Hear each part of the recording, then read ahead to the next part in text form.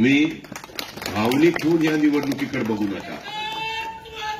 तुम्ही भावनिक होऊन या निवडणुकीकडे बघू नका.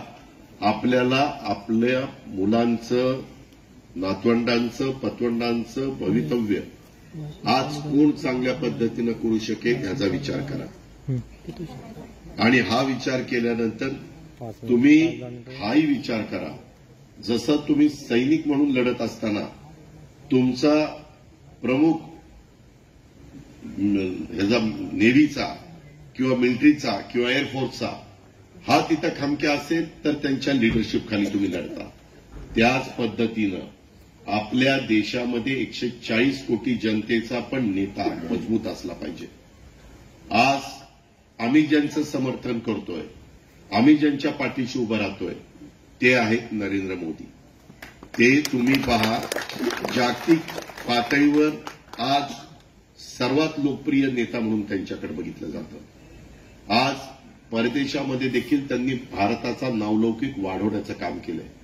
देशाची अर्थव्यवस्था 3ऱ्या क्रमांकावर नेण्याचा त्यांचा प्रयत्न आहे, आता 5व्या क्रमांकावर आहे.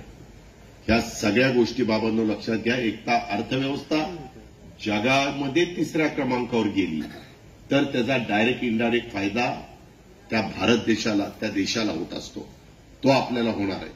आणि म्हणून आज आम्ही काय म्हणतो की नरेंद्र मोदी साहेबांना पंतप्रधान 3ऱ्यांदा करायचं.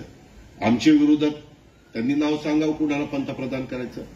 त्यांच्यात एक तरी जण पंतप्रधान पदाच्या संदर्भामध्ये 18 पगड जाती, 12 बलुतेदारांना एकत्र हा देश अनेक नाना रंगाचा, नाना जातीचा, नाना धर्माचा आहे आणि सगळेजण राहत आहेत.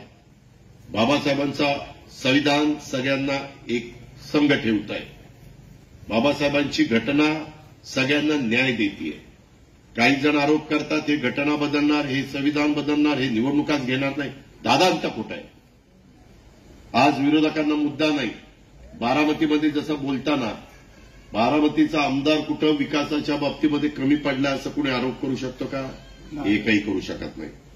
तशा पद्धतीनं मला आता बारामतीला तर अधिक द्यायचंच, परंतु त्याच्याचबरोबर इंदापूरला, दौंडला, पुरंदरला, खडकवासल्याला, बोरवेला, मुळशीला, हवेलीचा जो भाग माझ्या पुरंदरमध्ये येतो त्यांनाही मला त्या ठिकाणी द्यायचं.